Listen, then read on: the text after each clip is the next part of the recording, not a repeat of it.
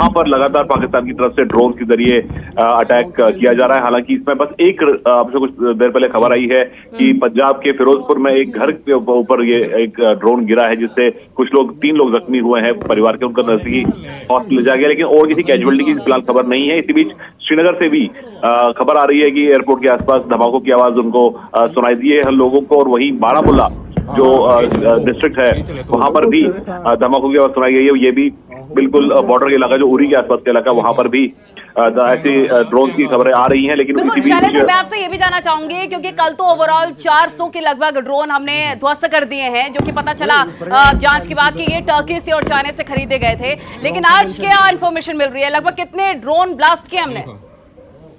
देखिए, अभी तक बताया जा रहा है कि करीब करीब 100 ड्रोन जो हैं उनको विफल किया गया है। 100 ड्रोन जो है, हालांकि अभी तक सिलसिला थमा नहीं है, लगातार ये जारी है।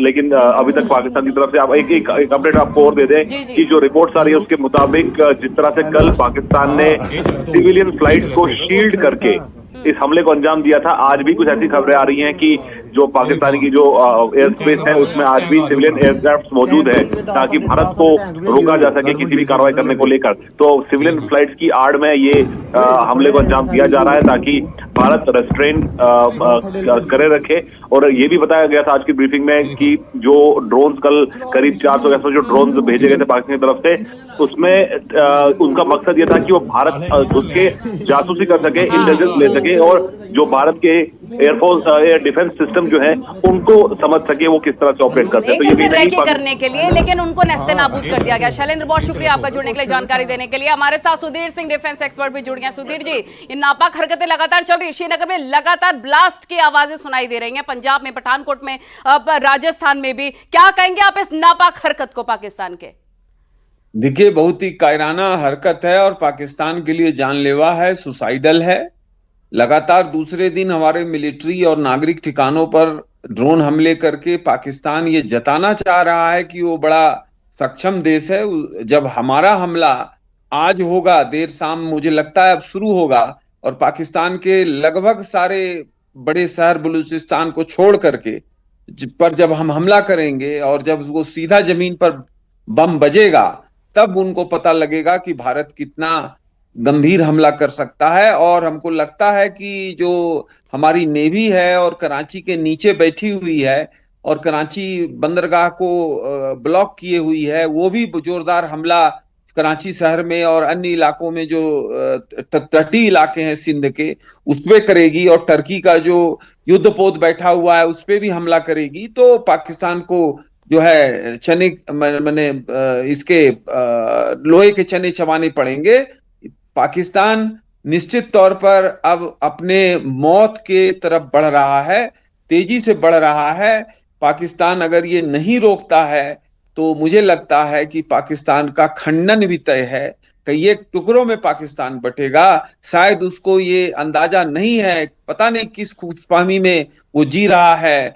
धर्म के नाम पर, टू नेशन थ्योरी के नाम पर पाकिस्तानी जो सेना है वो बड़ी खुशफहमी में जी रही है। उनको ये पता है कि वो $10 बिलियन का उनका डिफेंस का बजट है और भारत का $90 बिलियन का बजट है, तो कोई मैच नहीं है। और ये पिछले 10 साल से ये अंतर है, तो ये अंतर काफी बड़ा जो है आर्मी के कैपेबिलिटी में अंतर कर चुका है। वो बात का उनको एहसास शायद पता नहीं क्यों नहीं है, लेकिन स्थिति तो ऐसी नहीं है। तो निश्चित तौर पर ये जो आज पाकिस्तान ने दूसरी बार जो है, कल भी किया था, आज जो दूसरी बार किया है, इस तनाव के बीच में हमला, ये युद्ध की स्थिति पाकिस्तान जो है बढ़ाना चाहता है, गहराना चाहता है। भारत इसका करारा जवाब देगा, हमारी सेनाएं इसमें सक्षम है, चिंता की कोई जरूरत नहीं। बिल्कुल। और सुधीर जी, ये भी जानकारी मिल रही है कि हो सकता है कि पाकिस्तान इंटरनेशनल मॉनेटरी फंड का इस्तेमाल करे, आतंक के इस्तेमाल करिए और टेररिज्म के लिए। भारत उसका हालांकि विरोध कर रहा है, लेकिन जरूर भीख मांग सकता है बाकी देशों से पाकिस्तान इस वक्त। देखिए, $385 बिलियन का पाकिस्तान का इकोनॉमी है और लगभग $145 बिलियन पाकिस्तान पर कर्ज है। IMF ने बेल आउट दिया था और वो $7 बिलियन का बेल आउट था। फिर आज पाकिस्तान के इकोनॉमिक विंग ने, मिनिस्ट्री ऑफ प्राइम मिनिस्टर के अंदर जो है इकोनॉमिक विंग, उसने मैं रोकना चाहूंगी सुधीर जी, बड़ी खबर इसी बीच मिल रही है। कच्छ में 2 पाकिस्तानी ड्रोन गिरा दिए गए हैं, लगातार कार्रवाई की जा रही है, इसलिए बताना जरूरी है कहां पर ड्रोन अटैक हो रहा है और नेस्तनाबूत भारत इसको कर रहा है। भारतीय सेना के शौर्य पर किसी को शक करने की जरूरत नहीं है, घर में घुस के मार रहे हैं और जो भी ड्रोन आ रहे हैं, आप देखिए काउंटिंग भी शुरू हुई है। इनफैक्ट 100 से ज्यादा ड्रोन तो अब तक हो गए होंगे। गुजरात के कच्छ में भी ड्रोन गिरा दिए गए हैं और इसी प्रकार से जो नापाक पाकिस्तान के मंसूबे हैं उनको हम नाकाम कर रहे हैं। इसी पर ज्यादा जानकारी दे रहे हैं संदीप। क्या इंफॉर्मेशन आपके पास संदीप?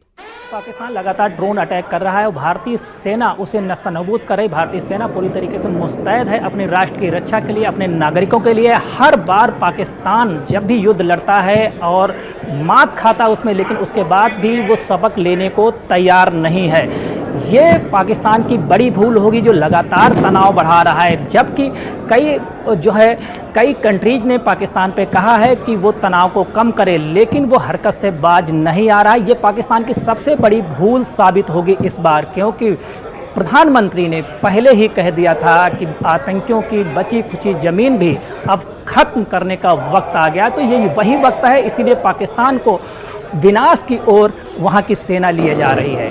वो अपने राष्ट्र को लेकर चिंतित नहीं है और अपने किस मंसूबे अपने दिमाग में पाले हुए आतंकियों को सपोर्ट करने के लिए जिस तरीके से पाकिस्तान की सेना आगे खड़ी है, मोर्चा ले रहे, तो इसके तौर पे साफ तौर पे जाना जा सकता है कि पाकिस्तान को वो नेस्तनाबूद करने की ओर वहाँ की सेना ले जा रही है। और ऐसा ही जारी रहा तो बहुत बड़ा खामियाजा पाकिस्तान को भुगतना पड़ सकता। आज की रात पाकिस्तान को बहुत भारी पड़ने वाली है, क्योंकि भारत का अभी काउंटर अटैक बाकी है। तो ऐसे में अभी देखना होगा कि किस तरीके से भारतीय सेना इसका मुंहतोड़ जवाब देती है।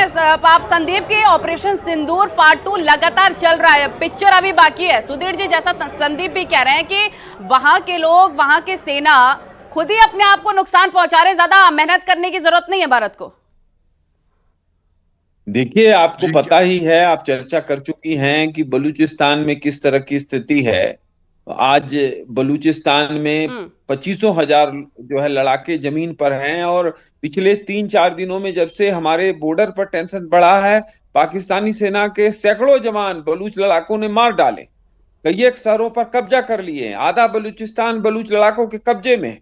अगले 2-3 दिन 4 दिन में, मैक्सिमम 1 हफ्ते में मुझे लगता है बलूचिस्तान एक अलग देश का घोषणा करने वाला है, एक अलग देश की मान्यता मांगने का दुनिया से। तो पाकिस्तान को समझ नहीं आ रहा है कि वो किस तरह से काम कर रहा है। पाकिस्तान के लिए ये कयामत की रातें होने वाली हैं। आगे 2-4-5 दिन का रात जो है कयामत की रातें होने वाली हैं। पाकिस्तान निश्चित तौर पर बौखला गया है, अपनी औकात से बाहर काम कर रहा है और निश्चित तौर पर जिस तरह से हमारे रक्षा प्रणाली हवा में ही उनके सारे ड्रोन को, मिसाइल को इंटरसेप्ट करके तोड़ रहे हैं और उनका खात्मा कर रहे हैं, कितना दिन चलेगा? कितना दिन टर्की उनको हेल्प करेगा, चीन हेल्प करेगा? तो 2-4-5 दिन में पाकिस्तान की कमर की रीढ़ टूट जाएगी और बलूचिस्तान एक देश के तौर पर उभरने के कगार पर है। और पाकिस्तान के आर्मी का जो गैर जिम्मेदाराना हरकत है उससे ये और बल मिल रहा है। सुधीर जी महत्वपूर्ण बातें कह रहे हैं। अली शाह जी, क्या आप भी इनसे इत्तेफाक रखते हैं? और मुझे तो लग रहा है कि आप, सुधीर जी, आप ये कहना चाहते हैं कि यही सही वक्त है पीओके लेने का। अली शाह जी, बिल्कुल पीओके ही नहीं, पीओके ही नहीं, नॉर्दर्न एरिया। देखिए, हम इतने दूर तक आए हैं, सुधीर जी, मैं इतने दूर तक आए हैं, वो भी इतने टाइम के बाद। जी बोलिए अली शाह जी। हम इतने दूर तक आए, इतने टाइम के बाद ये सुनहरा मौका है और हमको वैसे लेने की जरूरत भी नहीं है कि हम प्रयास करेंगे, वो खुद ब खुद चलकर हमारे पास आएगा। कैसे पाकिस्तान के अंदर पटने वाला है पाकिस्तान। बलूचिस्तान अलग होएगा, सिंध प्रोविंस अलग होएगा, गिलगित अलग होएगा, पंजाब प्रोविंस अलग होएगा, आतंकिस्तान अलग होएगा। तो इस तरीके से पाकिस्तान जो है अलग अलग तरीके से बटने वाला है। और जो पीओके है, बल्कि अभी हमको लेना चाहिए IOP, पीओके नहीं, इंडिया ऑक्यूपाइड पाकिस्तान, यानी कि पाकिस्तान की जमीन को भी ले लेंगे हम। तो अभी ये पछताएगा जो क्योंकि हरकतें जन्म कर रहा से है ही एक कायरा, जब जन्म हुआ पाकिस्तान का वो ही गलत आधार पर हुआ है, तभी से ये सारा सिलसिला चल रहा है। सुधीर जी, आईएमएफ को लेकर आप जानकारी दे रहे थे कि अब नौबत आ गई है बाकी देशों से भीख मांगने की, कटोरा लेके पाकिस्तान की स्थिति होती है तो कोई भी देश आपको एक चोन्नी न देता जल्दी। आईएमएफ तो एक ऐसी संस्था है जिसमें भारत का भी एक रसूख है और पश्चिमी देशों का दबदबा है, तो निश्चित तौर पर आईएमएफ पाकिस्तान को एक चौवन्नी अठन्नी अभी इस माहौल में देने वाला नहीं है। पाकिस्तान पर लंबे कालखंड तक एफएटीएफ रहा है, आतंकवाद को जो प्रश्रय देता है उस देश पर वैश्विक तौर पर वित्तीय माने बंधन लगता है, सैंक्शन लगता है। 2019 में मुझे लगता है या 20 में पाकिस्तान से वो बंधन हटा है, फिर उन हरकतों पे आया है, तो वो बंधन लगेगा पाकिस्तान को। अब वैश्विक संस्थाओं से तो कर्ज मिलना लगभग बंद हो जाएगा और ये पाकिस्तान के लिए बड़ा ही दुखदाई होगा और पाकिस्तान के टूटने में योगदान देगा। महत्वपूर्ण बात आप कह रहे हैं। जल्दी से ग्राउंड रिपोर्ट भी ले लेते हैं। संदीप हमारे सहयोगी न्यूज रूम से लगातार बने हैं। संदीप, अभी ताजा अपडेट आपको क्या मिल रहा है? कहां कहां पर ड्रोन तबाह कर दिए गए हमारी तरफ से? ये ड्रोन जो भी पाकिस्तान इधर डिप्लॉय कर रहा है वो सब ध्वस्त